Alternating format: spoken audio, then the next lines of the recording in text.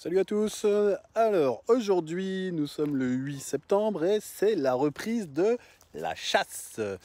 Alors on va dire que c'est le meilleur moment de l'année pour certains et que pour d'autres, ouais, là on peut vraiment considérer que c'est un petit peu un cauchemar. Bon, allez, on va entre guillemets essayer de voir un bon côté des choses en se disant que bah, pour les chiens de chasse qui eux rongent leurs freins depuis, depuis quand même plusieurs mois maintenant, bah, eux ils vont s'en donner au moins à cœur joie. C'est toujours ça de prix. Alors moi de mon côté, bah, je suis en extérieur depuis ce matin et ça canarde de tous les côtés, c'est un truc de dingue. Alors je sais pas si c'est parce qu'ils étaient frustrés parce que ça fait longtemps, je ne sais pas si c'est parce que juste ils sont en manque, c'est juste le fait que pendant plusieurs mois là ils ont vu plein de petits animaux qui étaient à quatre pattes, qui étaient joyeux de vivre, ça a été traumatisant pour eux, mais en tout cas depuis ce matin, waouh, là ça se lâche sévèrement. Bon, voilà, vous l'aurez compris, moi perso, je suis pas fan de la chasse. C'est vraiment pas mon truc, mais je suis pas là pour juger.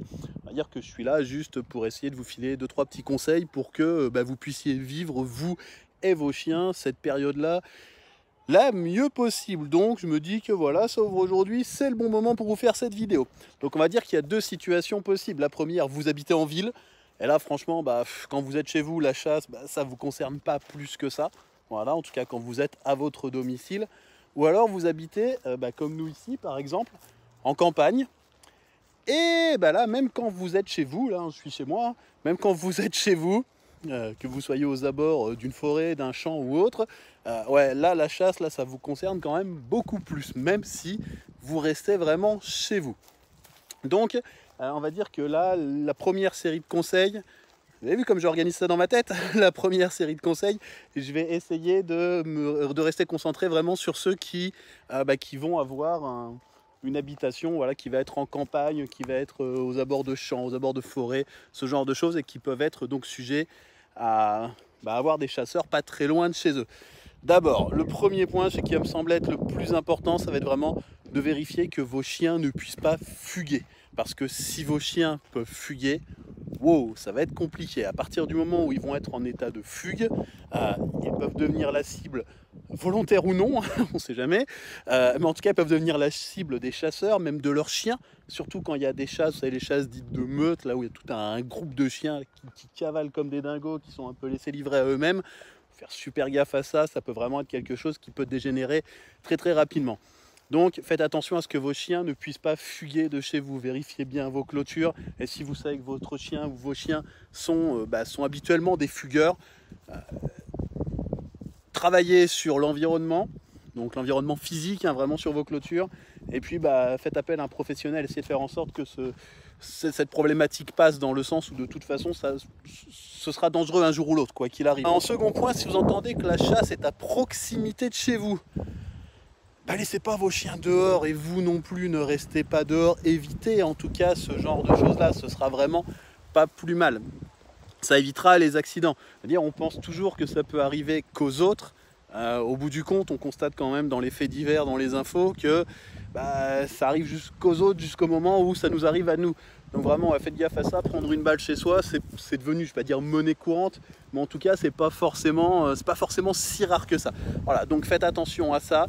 Si vous entendez vraiment que ça chasse à côté de chez vous, c'est peut-être pas forcément le moment de vous taper un barbecue dans la cour ou un après-midi bronzette allongé derrière un buisson ou une haie.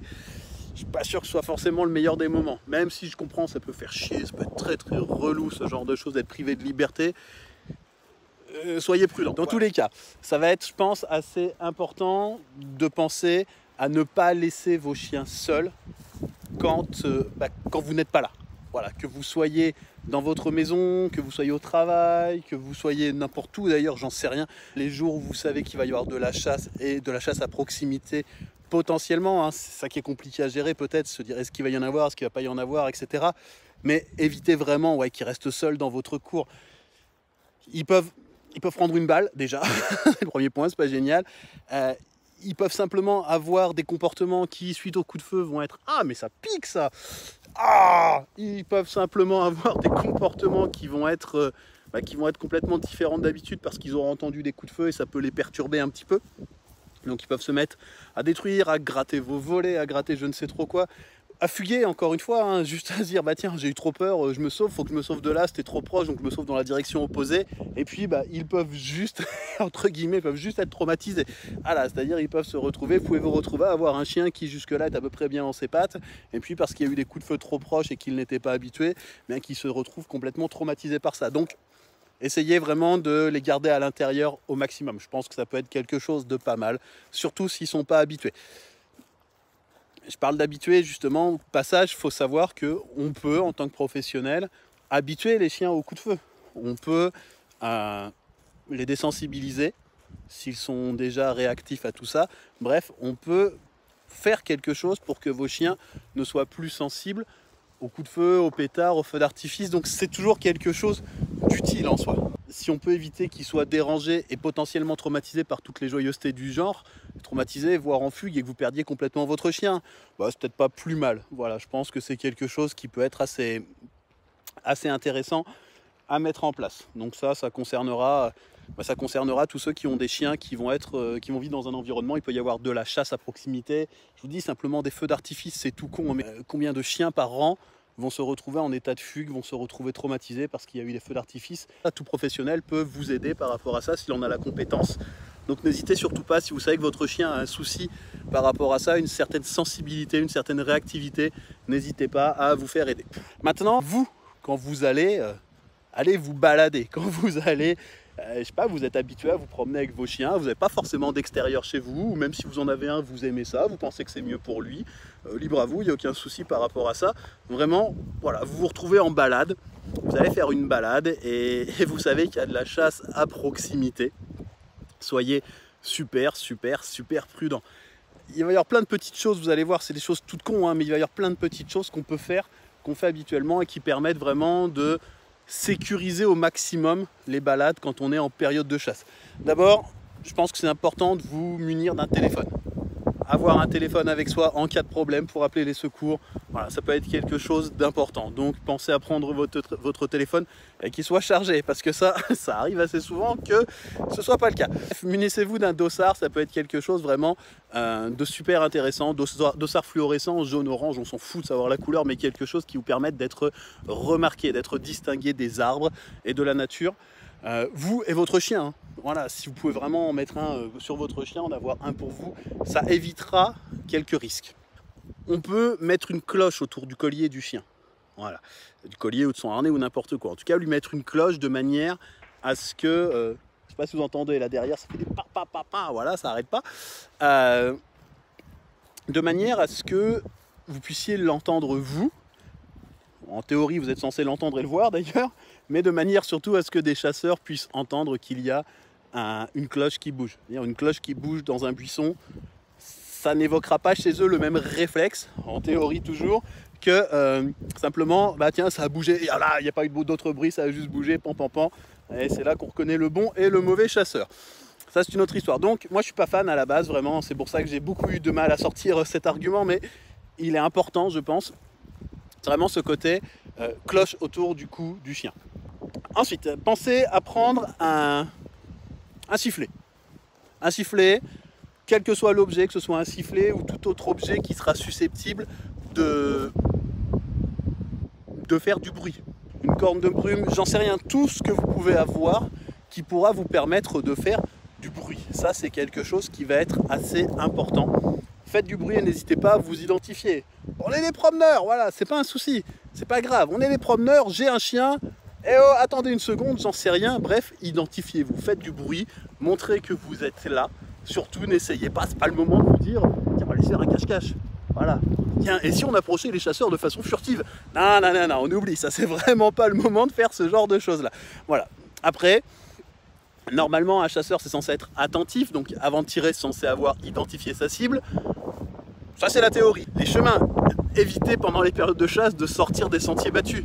Il y a des chemins tout tracés, restez dessus. C'est pas le moment d'aller vous dire tiens, je vais aller taper une petite sieste dans les buissons, voilà, ou je vais aller jouer à cache-cache dans les fourrés. C'est pas du tout le moment. Restez dans les chemins. Ça paraît... Ok, c'est chiant, hein, c'est chiant. D'habitude, je vais là, d'habitude... Oui, mais d'habitude, tu risques pas de prendre une balle. Donc, reste sur ton chemin, profite de ta balade, rentre chez toi vivant. Et puis les habitudes, on verra ça plus tard. Ensuite, si vous entendez vraiment que la chasse, elle est juste à côté de vous. Voilà, vous savez, vous sortez de la voiture, vous commencez à vous balader, etc. Et là, bam, bam, bam, bam, bam. Oh merde, ils sont là, je ne les avais pas forcément entendus. Il faut pas oublier que les chasseurs ne tirent pas tout le temps. Les chasseurs, quelquefois, ils sont justement à l'affût, ils vont être au calme, et donc vous pouvez passer à proximité sans forcément les remarquer, tiens, un plomb, sans forcément les remarquer et vous faire surprendre. Donc, si vraiment vous voyez que c'est à côté, arrêtez tout. Rentrez, repartez, arrêtez votre balade, trouvez un autre endroit, allez-y à un autre moment. Mais voilà, dites-vous bien que ce sera préférable quand même, et c'est peut-être con ce que je vous dis là, hein, mais il y a des accidents, ce qui prouve que ça, c'est pas forcément entré dans l'esprit de tout le monde, mais il sera quand même super préférable de se dire, bon, bah, ma petite balade digestive du dimanche, je vais la repousser, plutôt que de se dire, bah, je suis mort, donc de rien se dire du tout parce qu'on a pris une balle. Je pense que c'est quelque chose d'un petit peu plus logique. Voilà. Surtout, si vous êtes habitué à vous promener dans les bois. Gardez bien à l'esprit que vous serez plus en sécurité. Alors, ça reste très relatif, hein, bien sûr, mais vous serez vachement plus en sécurité, en théorie, dans un champ à découvert que si vous êtes dans les bois où là, vous risquez vraiment de passer inaperçu. Autre point qui va être important, ouais, d'ailleurs vous voyez ils sont pas très loin, donc je vais quand même faire attention parce que c'est bien de vous donner plein de conseils, mais si c'est pour que je prenne une balle pendant que je vous fais la vidéo, c'est plutôt moyen. Autre point qui va être important, ne laissez pas votre chien en liberté. Ça c'est quelque chose d'essentiel. Gardez votre chien en laisse, en longe, et même si d'habitude vous faites autrement, dites-vous bien que s'il est en liberté, il peut aller déjà sortir des sentiers battus justement. C'est compliqué parfois à contenir. Il peut aussi juste, même si vous avez un chien qui d'habitude, ouais il est là justement, il est d'habitude, il reste à côté de moi, il bouge pas, c'est génial. Justement, si d'habitude il reste à côté de toi, qui bouge pas, c'est génial. Tu peux lui mettre une laisse, ça n'entravera personne au bout du compte. Mais ce chien qui d'habitude justement sera à côté de vous et ne bougera pas, là il peut tout à fait entendre justement les balles, les coups de feu. Et puis je dis les balles parce que ça m'est arrivé il n'y a pas si longtemps, enfin si ça fait un petit moment déjà, mais d'avoir vraiment les balles qui sifflent aux oreilles. Et là on se dit oh merde, voilà, faut que je fasse demi-tour, faut que je rentre. Mais il peut entendre les balles, il peut entendre les coups de feu, être perturbé par ça. Et ce petit chien qui d'habitude reste justement à côté de vous tout sagement, là il peut tout à fait avoir une réaction complètement différente. Il peut aussi voir une bestiole qui est poursuivie et qui donc part, voilà, qui fuit justement la chasse et se dire tiens c'est marrant, je vais partir avec elle, sentir une odeur d'animal blessé, etc. Bref, il peut avoir vraiment des comportements complètement différents. Donc idéalement, même si d'habitude il est vraiment cool, gardez-le en laisse, ce sera quelque chose de pas mal, en laisse ou en longe. Et aussi, si tout va bien, dites-vous bien que votre chien peut être considéré comme en état de chasse sur un plan légal et que vous puissiez être finalement amendable. Alors ça fait beaucoup de choses à faire, hein. Ça fait beaucoup de choses à faire, beaucoup de choses à retenir, beaucoup de petits points finalement, c'est des petits détails, c'est des petites choses, voilà, on se dit putain mais ça fait chier, voilà, d'habitude c'est pas ça, et il y a encore 3 jours je pouvais faire ce que je voulais, etc. Le week-end dernier j'étais tranquille avec mon chien, donc ça je comprends que ce soit quelque chose de complètement, ouais c'est lourd, c'est juste lourd, surtout si on n'est pas chasseur, surtout si on n'a aucune affinité avec ce genre de pratique, de loisir, si on peut appeler ça un loisir, enfin en tout cas, je comprends que ça puisse être vraiment quelque chose de chiant. Mais en soi, il en va vraiment de votre sécurité. Donc, soyez prudent avec ça. Et enfin, on va parler du cas si vous tombez nez à nez avec des chasseurs. Parce que là, ça peut arriver aussi. Et qu'on vous dit quoi que ce soit en tant que chasseur, dites-vous bien qu'il sera super préférable de juste dire « oui, monsieur ». Okay, de s'écraser quelque part. Alors, c'est pas forcément... pas la plus grande preuve de courage, mais en tout cas c'est certainement la plus grande preuve d'intelligence, de se dire ok, ça me plaît pas, oui monsieur, je prends mon chien, je m'en vais, je vais ailleurs. Voilà, c'est, même s'il est agaçant, même s'il est aviné, parce que ça arrive quelquefois, même si ça vous fait chier, ce sera préférable de juste dire oui monsieur, je prends mes affaires, je me tire, plutôt que de dire non monsieur, je prends un coup de fusil, je reste là. D'accord, ce sera vraiment quelque chose d'important. Si vous estimez que c'était injuste, que c'était pas normal, qu'il n'avait pas à vous demander de partir, que voilà, qu'on vous a privé de quelque chose d'essentiel, qu'il y a eu une injustice entre guillemets, vous pourrez tout à fait par la suite en référer à qui de droit. C'est la formule consacrée, en référer à qui de droit. Mais en tout cas, vous pourrez tout à fait juste voilà, aller vous plaindre à qui je ne sais pas d'ailleurs, mais ce sera après, dans un second temps. Vous serez vivant et vous pourrez le faire. C'est mieux quand on est mort et là on ne peut plus faire grand chose. Donc si vous pouvez aussi, je sais pas, juste vous renseigner avant d'aller faire vos balades, ça peut être important sur internet, auprès des mairies, auprès des sociétés de chasse, juste de savoir si, s'il y a des jours qui par hasard ne seraient pas des jours chassés dans votre région, s'il y a des zones qui ne seraient pas des zones chassées. Faites gaffe aux panneaux, il y a des panneaux souvent quand il y a les chasses, chasse en cours, etc. Faites gaffe aux panneaux, hein, s'il y a écrit chasse en cours.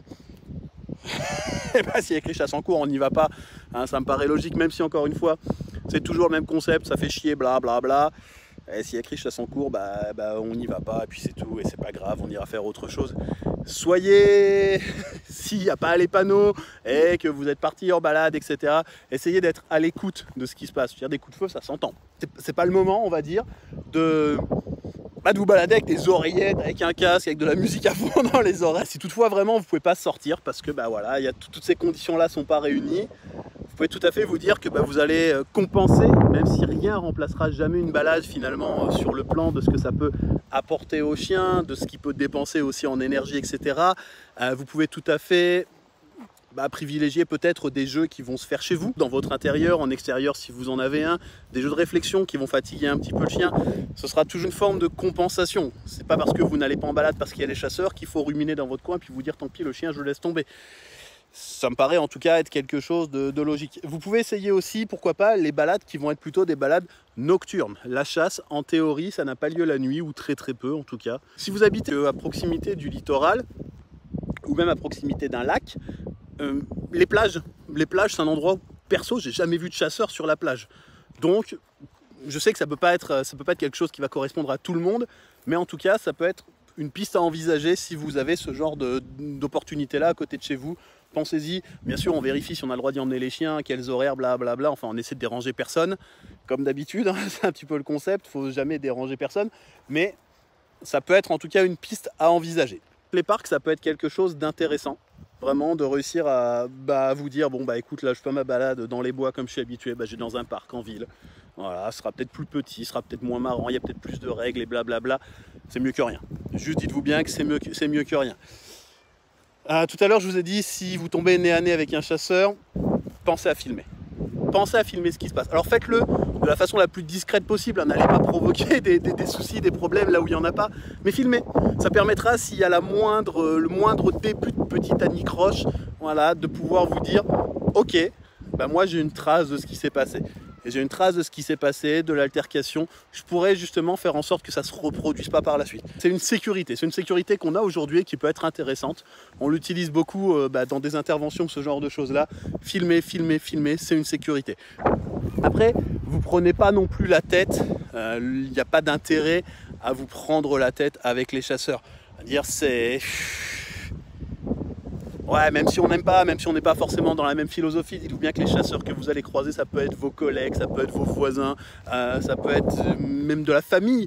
Pourquoi pas? C'est des humains comme tout le monde. C'est pas, il y a un dicton qui dit qui veut la paix prépare la guerre. Justement, ce dicton-là, il dit bien prépare la guerre. Il dit pas qui veut la paix déclenche la guerre. Voilà. Donc si vous n'allez pas avec un comportement de déclencher des problèmes, en théorie, vous devriez pas trop en avoir. Voilà, tout ce que j'ai à vous dire, c'est soyez prudents, aimez-vous les uns les autres, mais pas dans les fourrés quand il y a la chasse, parce que vous risquez de prendre une balle. Et puis, la bise aux chiens. Ciao!